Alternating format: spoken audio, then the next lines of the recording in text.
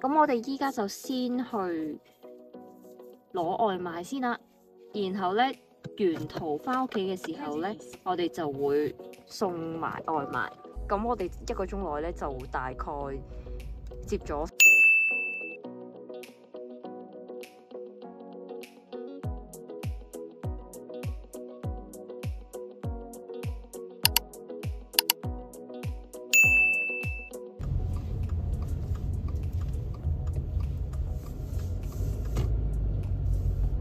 依家係大概夜晚，睇下先，6點鐘，我哋回程翻屋企。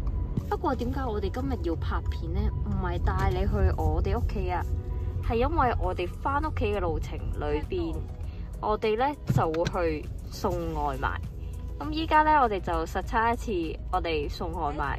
咁我哋依家就先去攞外賣先啦，然後呢，沿途翻屋企嘅時候呢，我哋就會送埋外賣。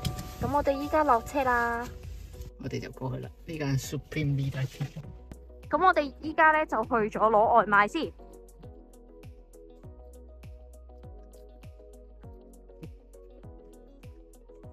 最後我哋就會同大家講下我哋究竟可以攞到幾多錢。我哋就依間啦。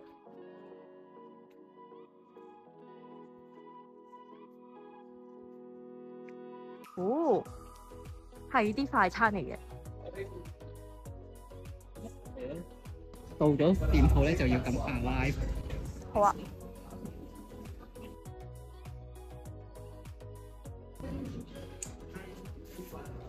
I just want to get you。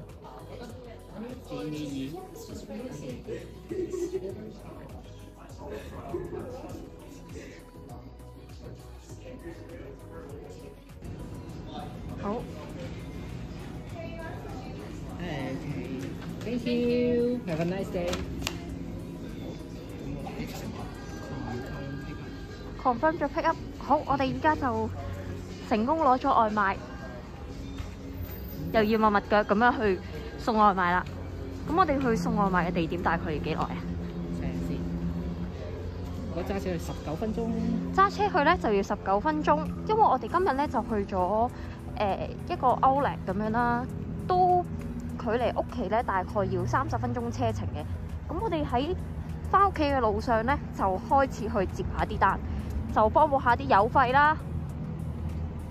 This move。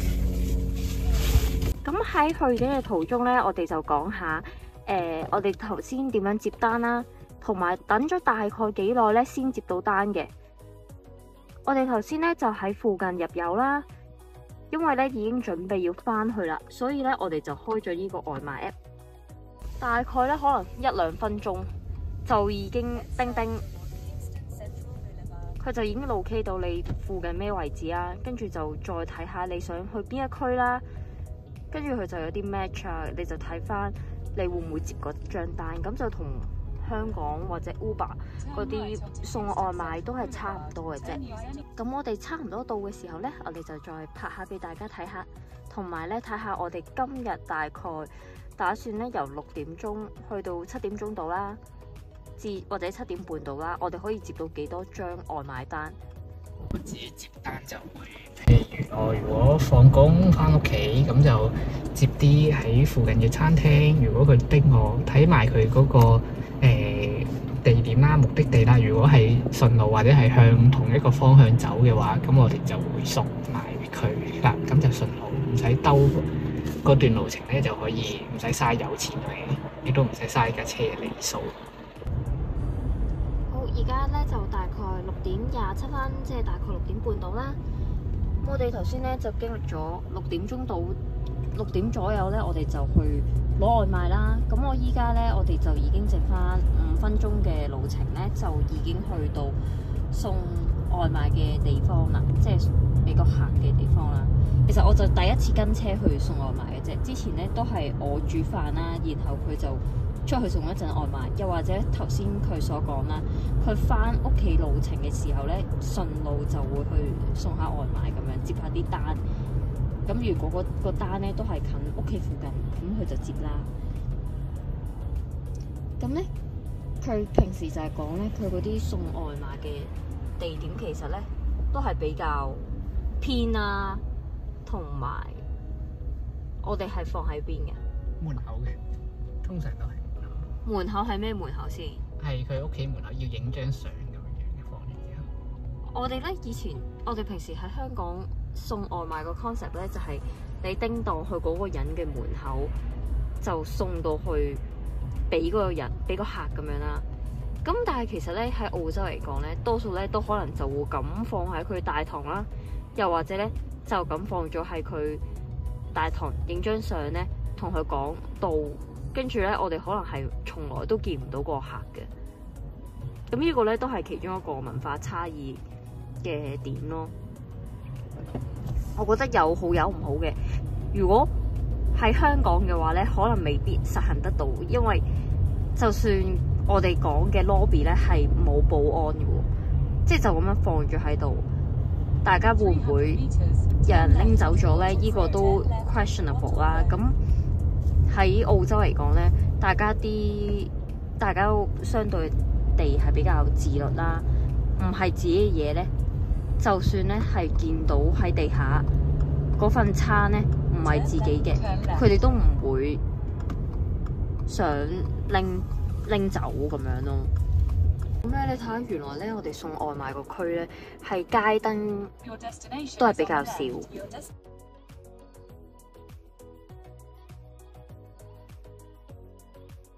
呢度佢有個咩嘅 Lift Unit 2 is townhouse down the drive fence。咁咧佢就有個相俾你教你點樣樣去嘅啦。哦，係啦，咁我哋就可以入去。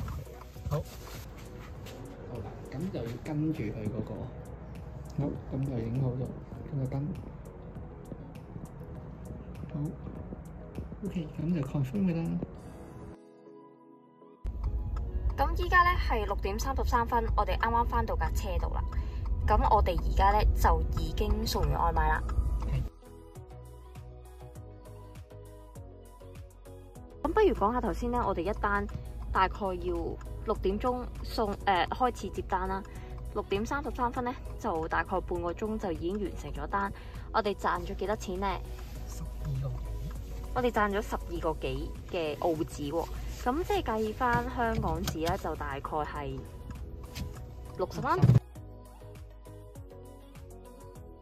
我哋頭先入油咧就大概入咗30蚊，咁就一單咧就已經可以賺到12蚊到。半桶油。大概係咯 ，sponsor 咗我哋一半油費啊。咁但係要記住，咁我哋可能係比啲平時兜可能兜多5-6 kilo 到，但係就可以 sponsor 到我哋嘅油費咁樣咯。原則上咁就有呢個好處啦。同埋咧，其實啲外賣員，例如去啲山卡嘅地方咁樣，哇！呢啲都叫好啊，有啲鄰居雖然黑黑地咁樣。但係有陣時真係喺啲好偏遠嘅地方，得一間屋仔咁樣咧，咁其實可能對於個外賣員嚟講咧，佢都有啲個 security 嘅 concern 嘅，咁樣俾人用咗都唔知。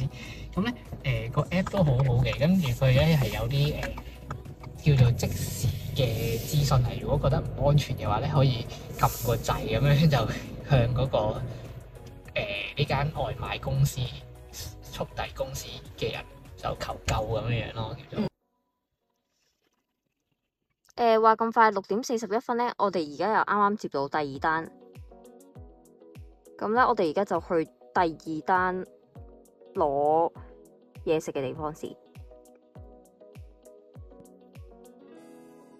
好啦，咁而家咧點解又要再停一停完之後又再拍一拍咧？就係因為咧，我哋啱啱傾起咧，佢今朝早即係送外賣嘅時候咧，佢個手機咧就會好智能，或者個外賣 app 就好智能，知道你係喺邊一個 location 去 pick up，然後你送貨嘅地點咧又係知道噶嘛。咁佢就知道，如果第二單都係喺差唔多嘅附近攞貨，去嗰間餐廳攞，然後送嘅地址又差唔多咧，佢就會 pop up 出嚟問下你想唔想 add 多一個 destination 啊，或者接唔接多一單先。咁咧，我哋就咁啱咧，就係有多一單同一條街咧有2間外賣店啦，然後咧我哋就攞完之後咧就喺隔離條街咧，即係兩個客咧就係相差一條街度啫，咁我哋就即刻接埋啦。依家咧就係大概6:46，咁即係代表我哋45分鐘內咧，我哋已經接近第3單。